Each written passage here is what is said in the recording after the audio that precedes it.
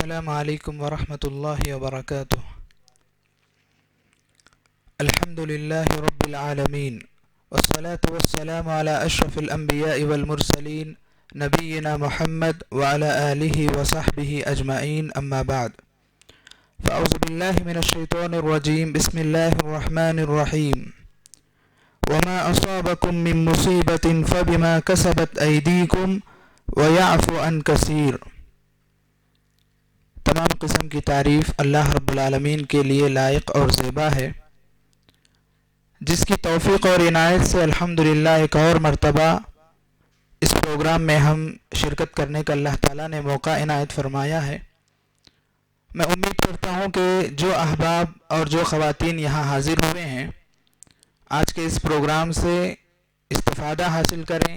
جو باتیں یہاں کہی جاتی ہیں اس کو سننے کے بعد اپنی عملی زندگی میں اس کو لانے کی ہم کوشش کریں انشاءاللہ۔ محترم حضرات اور خواتین اسلام، اللہ تبارک و تعالیٰ نے انسانوں کو پیدا کرنے کا ایک مقصد اللہ تبارک و تعالیٰ نے بار بار بتایا ہے۔ اس دنیا میں اللہ تبارک و تعالیٰ نے ہم کو جو بھیجا ہے اللہ کی ہم عبادت کرنے کے لیے،